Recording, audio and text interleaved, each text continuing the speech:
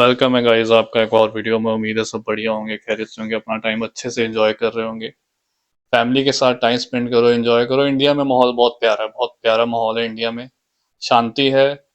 और आपको पता ही है मैं क्या बात कर रहा हूँ, मिडिल ईस्ट में क्या चल रहा है, और स्टूडेंट्स को अपनी टेंशन हो रखी है। अब मेरे को स्टूडेंट पूछ रहे हैं, पाजी अभी इसका इम्पैक्ट पड़ेगा, जो वीजे आ रहे हैं, यूके स्टूडेंट वीजा है, अभी एक बंद तो नहीं हो जाएगा। स्टूडेंट्स को अपना डर रहता है, फ्लाइट्स वगैरह डाइवर्ट हो रही हैं, एयर इंडिया की फ्लाइट्स कैंसिल हुई हैं। क्योंकि जो यूके की फ्लाइट्स है ना, जितनी भी आती हैं इंडिया से, मोस्टली देखो सभी कनेक्टेड, डायरेक्ट जो आती हैं वो तो डायरेक्ट तो आती है, वो अलग है, बट जितनी भी कनेक्टेड फ्लाइट आती है ना, वो सब मिडल ईस्ट के थ्रू आती है, डाइवर्ट होती हैं उधर से। अभी इन्होंने रूट चेंज कर दिए हैं, कुछ फ्लाइट्स भी कैंसिल हुई हैं। और भाई साहब, ये जब से 2025 चल शुरू हुआ है ना, 25 26 27, तो ये तो काफी लोगों ने ऑलरेडी, जो एस्ट्रोलॉजी में बिलीव करते हैं, पहले मैं नहीं करता था, बट मैंने कुछ ऐसी वीडियोस देखी, अब मैं भी एस्ट्रोलॉजी में बिलीव करता हूँ। ये मार्स या जो भी प्लैनेट वगैरह मूव करते हैं, इसका इम्पैक्ट पड़ता है ना। तो अभी वैसे ही चल रहा है, 25 भी बहुत अच्छा नहीं गया, और 26 की स्टार्टिंग भी बड़ी भयंकर हो गई है। तो अभी बातें तो चल रही थी कि 25 26 27 तो ये वैसे ही बहुत ज्यादा भारी है, जो 3 4 साल है। 3 4 साल बाद जाके कुछ माहौल शांत होगा, और वर्ल्ड वाइड हालात अच्छे होंगे। मतलब 25 26 27 28 यहाँ तक बात चल रही है कि ये साल अच्छे नहीं है। और 25 में मेरे साथ क्या हुआ, मैं अपना बताता हूँ आपको। लास्ट ईयर आपको पता है मैं इंडिया आया था, मैं 2025 की ही बात कर रहा हूँ, ठीक है।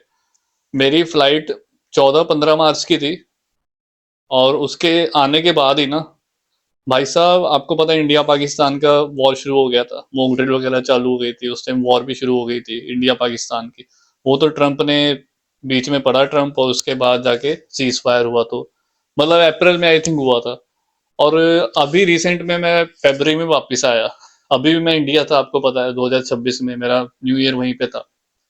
और कितनी कमाल की बात देखो कि मैं आते सारी, जस्ट अभी हफ्ता 10 दिन ही हुए होंगे, आते सारी भाई फ्लाइट्स भी फिर से कैंसिल शुरू होगी। फ्लाइट तो पहले भी हुई थी, और मुझे बोला कि भाई तू लकी है, तू चला गया। फ्लाइट्स दिल्ली दिल्ली से तो बंद ही हो गई थी जब इंडिया पाकिस्तान का शुरू हुआ था। तो मैं दिल्ली से ही आया था, और जैसे मैं आया उसके बाद अभी भी ऐसे ही हुआ है बिल्कुल। मैं आया हूँ, और अभी ईरान इसराइल का ये यूएस ने कर दिया अटैक, और इंडिया में भी इसका इम्पैक्ट पड़ रहा है। जो फ्लाइट्स हैं, क्योंकि दोहा से जा रही है, कोई कतर से जा रही है, कोई सऊदी अरेबिया से ना, सब मिडल ईस्ट से कनेक्टेड फ्लाइट होती है, स्टूडेंट लेकर आते हैं, और स्टूडेंट आए भी हैं। अभी फ्लाइट्स बहुत कैंसिल हो रही हैं, स्टूडेंट्स को अपनी टेंशन पड़ी है कि पाजी अभी क्या सीन है ना, अभी माहौल कैसा रहेगा। माहौल अच्छा तो है नहीं, सीधी सी बात बताऊं, क्योंकि ईरान वाले भी हैं जो अभी शांत नहीं बैठे हैं। वो तो अभी काउंटर अटैक कर रहे हैं, और जितनी भी यूएस की एम्बेसीज हैं अलग अलग कंट्रीज में, जो मिडल ईस्ट में डिफरेंट कंट्रीज है, काफी सारी हैं, उनका टारगेट ये भी वही बन रहा है। वहां पे बेस पे अटैक कर रहे हैं, उनकी जितनी एम्बेसीज है वहां पे अटैक हो रहे हैं, ड्रोन अटैक हो रहे हैं। मतलब ईरान अभी पीछे ही नहीं हट रहा है। बट ये गलत चीज हो रही है। यूएस का दिमाग घूम गया है, कुछ कर दिया ना उन्होंने, तो भाई काम ज्यादा बढ़ सकता है, फिर वो ज्यादा स्ट्रॉन्ग एक्शन ले लेंगे ईरान पे। इसमें जो बड़े लीडर है भाई, उनका कुछ नहीं जाता। नुकसान किसका होगा आपको पता है, हिरोशिमा नागासाकी में क्या हुआ था। तो आम बंदा मरेगा इसमें, आम जनता जाएगी। तो वही चीज होने वाली है, अगर ऐसे चल रहा है तो यही माहौल बहुत खराब हो रखा है इस टाइम पे। और दुबई में भी हुआ है, सब जगह ही हुआ है, तो लोग डरे हुए हैं काफी। और इसी चक्कर में स्टूडेंट्स को अपनी टेंशन है कि पाजी हमारा अभी कोई प्रॉब्लम तो नहीं आएगी वीजा में। मैं वही बात करने वाला हूँ इस वीडियो में। एप्लीकेशंस आ रही हैं, स्टूडेंट अप्लाई कर रहे हैं, आप बेफिक्र होकर अप्लाई करो। और ठीक है, अगर आपको इस साल में अपॉर्चुनिटी मिल रही है, सितंबर इंटेक मिल जाता है, मिड इंटेक मिल जाता है, तो वेल एंड गुड है। आप नेक्स्ट ईयर का मत सोचना कि 2027 में हम प्लान कर रहे हैं। भाई अभी दुनिया ना इतनी, आप प्रिडिक्ट नहीं कर सकते।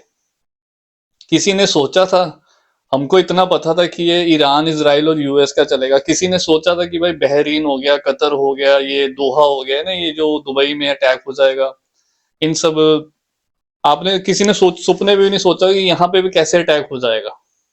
तो मतलब कुछ ही घंटों में एकदम से अटैक होने शुरू हुए, और लोग काफी डरे हुए हैं। जिनके रिश्तेदार रहते हैं दुबई में, मेरे नॉन में कुछ फ्रेंड्स हैं वो रहते हैं, सऊदी अरेबिया में भी है, कतर में भी मेरे नॉन में है, तो दुबई में तो काफी लोग हैं जो जान पहचान में हैं। तो वो बेचारे भी थोड़ा डर में हैं। तो बहुत ज्यादा हालात अच्छे नहीं है इस टाइम पे, और अभी पता नहीं है कहाँ डायरेक्शन जा रही है। और जैसे जैसे आप तो न्यूज तो देख ही रहे होगे ऑलरेडी, इन इंडिया में तो भी यही चल रहा होगा सारा दिन, टीवी पे ही दिखाते होंगे। आपको आना है, आप आओ, वेलकम है। मतलब यूके में ऐसे हालात अभी अच्छे हैं, कोई दिक्कत नहीं है। आप अपना नॉर्मल स्टडी वीजा अप्लाई करो, फ्लाइट अपनी जो आप करोगे, अभी जो मिड इनटेक में आने वाले हैं, मान लो किसी का अप्रैल इनटेक है, मई इनटेक है, किसी का मार्च इनटेक है, तो भाई साहब आपने जो फ्लाइट बुक करनी है तो ट्राई करो आप डायरेक्ट फ्लाइट बुक करो। एयर इंडिया की डायरेक्ट फ्लाइट आपको मिल जाएगी, ब्रिटिश एयरवेज की आपको डायरेक्ट फ्लाइट मिल जाती है। मैंने जितनी बार ट्रेवल करा ना, मेरी डायरेक्ट फ्लाइट ही रही है। मैं नहीं, इधर से स्टूडेंट पैसे बचाते हैं। ऑब्वियस है आपका इतना खर्चा हो जाता है, अब 18-19 लाख यूनिवर्सिटी को फीस दे रहे हो, 15 लाख, तो स्टूडेंट सोचते हैं कि हम क्या करें, कनेक्टेड फ्लाइट ले लेते हैं, वो 20-25 हज़ार में टिकट मिल जाती है, दोहा के थ्रू आ रही है, कतर के थ्रू आ रही है, वो बहुत सस्ती में पड़ती है। अगर आप डायरेक्ट लेते हो तो ऑब्वियस आपको महंगी पड़ती है। तो मैं यही बोलूंगा, आप डायरेक्ट लो। अब कोई बात नहीं, जहाँ पे यूनिवर्सिटी को इतने पैसे दे रहे हो तो 20-25 हज़ार आप फालतू दे दोगे ना, तो कोई दिक्कत नहीं। आपको डायरेक्ट फ्लाइट भी भाई अगर आप महीना पहले बुक करोगे ना, मैं लिटरली बता रहा हूँ कि 35 हज़ार, 30 हज़ार, 40 हज़ार के अंदर अंदर मिल जाएगी। कई बार तो इससे भी कम होती है अगर आप पहले बुक करते हो। और वो पीक सीजन होता है, थोड़ी सी महंगी हो जाती है। और अपना प्रोसेस आप जल्दी स्टार्ट करोगे, जल्दी करोगे, तो आई एम श्योर आपका वीजा भी जल्दी आएगा। आप जितनी लेट अप्लाई करोगे, अगर आपके डॉक्यूमेंट्स रेडी नहीं है, तो आपका प्रोसेस डिले होगा। फिर ये हो सकता है कि आपका अगस्त लास्ट में वीजा आए, अगस्त लास्ट वीक में। जो जल्दी करते हैं उनका जुलाई में भी वीजा आ जाता है, तो आप जुलाई लास्ट वीक में ट्रैवल कर सकते हो। और भाई साहब, जिससे भी अप्लाई कर रहे हो ना आप, मैं ये नहीं कहता कि आपने मेरे से ही अप्लाई करना है, वो आपकी मर्जी है, पर्सनल चॉइस है। अगर आपको इनसिक्योरिटीज हैं, आपको ज्यादा डर है, कुछ है, आप इंस्टाग्राम पे चेक करो स्टूडेंट्स ने कितना पॉजिटिव फीडबैक दिया है। अब मेरे पास फाइलें आती है ना, जब आप एजेंट्स के पास जाते हो, आपका केस खराब कर देते हैं। अभी ऐसे ही मेरे पास आए हैं केसेस, जिन्होंने, मतलब अब मैं नाम नहीं लेता कंपनी का, बड़े बड़े नाम है उनके, वो फ्री में करते हैं आपका प्रोसेस सारा, और केस खराब कर दिया काफी स्टूडेंट्स के। इस बार बहुत रिफ्यूजल आई है, मतलब वो ना डॉक्यूमेंटेशन में मिस्टेक, डॉक्यूमेंट नहीं अपलोड करे वीएफएस के पोर्टल पे। वीएफएस वाले वैसे उनको तो पड़ी नहीं है ना, उनके पास तो वैसे इतना काम रहता है, ये सब आपने खुद देखना है ना, उसको एजेंट ने कुछ बताया स्टूडेंट को। तो ये सब बहुत चल रहा है भाई, जिससे भी अप्लाई करो ना। मैंने आपको पहले भी बताया था कि भाई ये जितने जितने बड़े बड़े ब्रांड बने हुए हैं ना, कंपनीज बनी हुई है, कंसल्टेंसी, मैं नाम नहीं लेता यहाँ पे किसी का भी, इश्यू हो सकता है। इनका क्या रहता है कि इन्होंने आगे लड़के लड़कियां रखे होते हैं 15-20 हज़ार सैलरी पे। भाई they don't give a shit, उनके पास इतने केस आ रखे होते हैं, वो नहीं, परवाह नहीं करते, सीधी सी बात, उनको उनकी महीने की सैलरी मिल जानी है। उनको आपसे कोई फर्क नहीं पड़ता, आपको एडमिशन हो, उनको कौन सा कमीशन मिलनी है। हम जब प्रोसेस करते हैं, हमको पता है कि भाई हम इसका एडमिशन करवाएंगे, ये यूके आएगा, हमको 6 महीने बाद जाके यूनिवर्सिटी से कुछ बेनिफिट मिलेगा। हमको ये रहता है। वो जो काउंसलर है जो आपका प्रोसेस कर रहा है, they don't give a shit. उनको कोई लेना देना नहीं, उनको उनकी सैलरी 15 हज़ार, 20 हज़ार, 25 हज़ार जो भी है मंथली, उसको मिल जानी है। और जो ऊपर सीनियर रहते हैं भाई, उनके पास तो टाइम ही नहीं है। मतलब जो बड़े बड़े ब्रांड है, मैं उनकी बात कर रहा हूँ। तो आप जिससे भी अपना अप्लाई कर रहे हो, तो आप ट्राई करो कि आपको खुद पता होना चाहिए भाई कैसे प्रोसेस चलना है यूके का। अभी ये मैं क्यों बता रहा हूँ, मैंने पहले भी बता रखा है इसके बारे में, स्टूडेंट्स के साथ सीन हो चुके हैं। अब वो मेरे पास आ जाएगी, पाजी हाँ आपकी वीडियो तो हम देख रहे थे काफी टाइम से, बता हमने आपको कांटेक्ट नहीं करा, बट अभी अब करो, है ना। तो मैं नहीं चाहता, आप पहले ही सोच समझ के करो। एटलीस्ट आप कम से कम मेरे साथ बात करो। अगर आपने प्रोसेस नहीं भी करना ना मेरे थ्रू, मेरे को कोई इशू नहीं है, वो आपका पर्सनल डिसीजन है। आप एटलीस्ट एक बार एडवाइस ले लो। आपको पता होना चाहिए किस यूनिवर्सिटी में, किस सिटी में ये प्रोसेस कैसे रहता है ना, एटलीस्ट आपको इतना पता होना चाहिए। बाकी एप्लीकेशन चल रही हैं, अगर आप करना चाहते हो अप्लाई, तो वो मैंने लिंक आपको दे रखा है, आप कैसे कांटेक्ट कर सकते हो, बहुत सिंपल सा है। मैं आपको 1 से 2 दिन में कॉल कर लूंगा।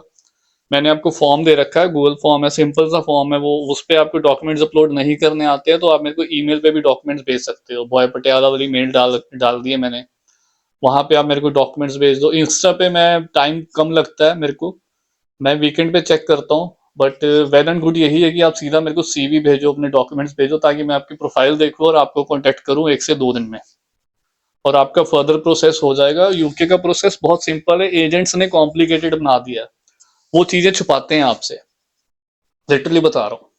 अपने में वो चीज नहीं है। मैं तो ये कि जो मेरे अभी स्टूडेंट आए ना भाई, उनको इतना है कि कल को वो किसी की फाइल लगा सकते हैं। मतलब उनके पास अभी इतनी नॉलेज हो गई है, क्योंकि उन्होंने खुद सारा प्रोसेस देखा है, समझा है उन्होंने, पूरी ट्रांसपेरेंसी रखी है मैंने। तो बढ़िया चीज है, ऐसे ही होना चाहिए काम, ठीक है, कि कल को आप किसी की हेल्प कर सको। और ये चल रहा है अभी, आप मई इनटेक कर सकते हो। अगर आपको मई इनटेक चाहिए, जुलाई इनटेक चाहिए, तो अभी भी हो जाएगा, कोई प्रॉब्लम नहीं है। बस आपके फंड्स वगैरह भी साथ के साथ डालने पड़ेंगे। बाकी सितंबर इनटेक में आपको बहुत सारी ऑप्शंस मिल जाएंगी। बाहर का इम्पैक्ट देखो, महंगाई बढ़ेगी, सीधी सी बात है, क्योंकि जितनी भी ऑयल सप्लाई है ना भाई, हब है, मतलब वो जगह ईरान से ही निकलता है सारा, पूरी वर्ल्ड में सप्लाई करता है ईरान, और सभी कंट्रीज को जाता है, वो रूट है वहां पे। और वहां पे अभी 20% किसी कंट्री को जा रहा है, 30% किसी कंट्री को ऑयल जा रहा है, इंडिया का भी है कुछ। तो ये महंगाई बढ़ने वाली है और बढ़ेगी। यूरोप पे इसका इम्पैक्ट पड़ेगा, यूरोप फिर यूके पे भी पड़ेगा, अगर यूरोप पे पड़ा तो ये सब जगह अफेक्ट करने वाला है, इन्फ्लेशन बढ़ने वाला है।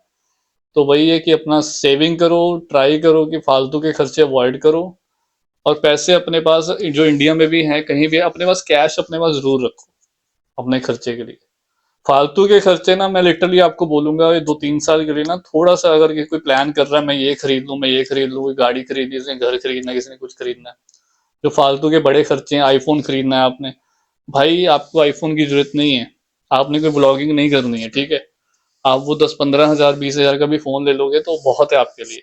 तो आप अभी ये बोलूंगा कि भी टाइम ऐसा चल रहा है, you need to save money, अभी आपको सेव करना है, क्योंकि आपको कुछ नहीं पता महंगाई कितनी बढ़ जाए एकदम से। और सोना चांदी तो आपको ऑलरेडी पता है, तो ये सब चल रहा है। और फ्लाइट्स का मैंने आपको बता दिया कि जो कनेक्टेड फ्लाइट है वो अवॉइड करना। और अभी यूके में तो ठीक है, माहौल शांति वाला माहौल है, यूरोप में भी ठीक है, इंडिया में भी माहौल ठीक है। माहौल अभी खराब है मिडल ईस्ट में, जो वहां पे रहते हैं वो लोग टेंशन में है। अपना ध्यान रखिए। ये जस्ट आपसे बात करनी थी, क्योंकि मेरे को मैसेज आ रखे थे, पाजी बताओ इसका कोई इम्पैक्ट तो नहीं पड़ेगा स्टूडेंट वीजा पे, है ना? तो आप बेफिक्र होके करो, ठीक है? अपना ध्यान रखें, टेक केयर, बाय बाय।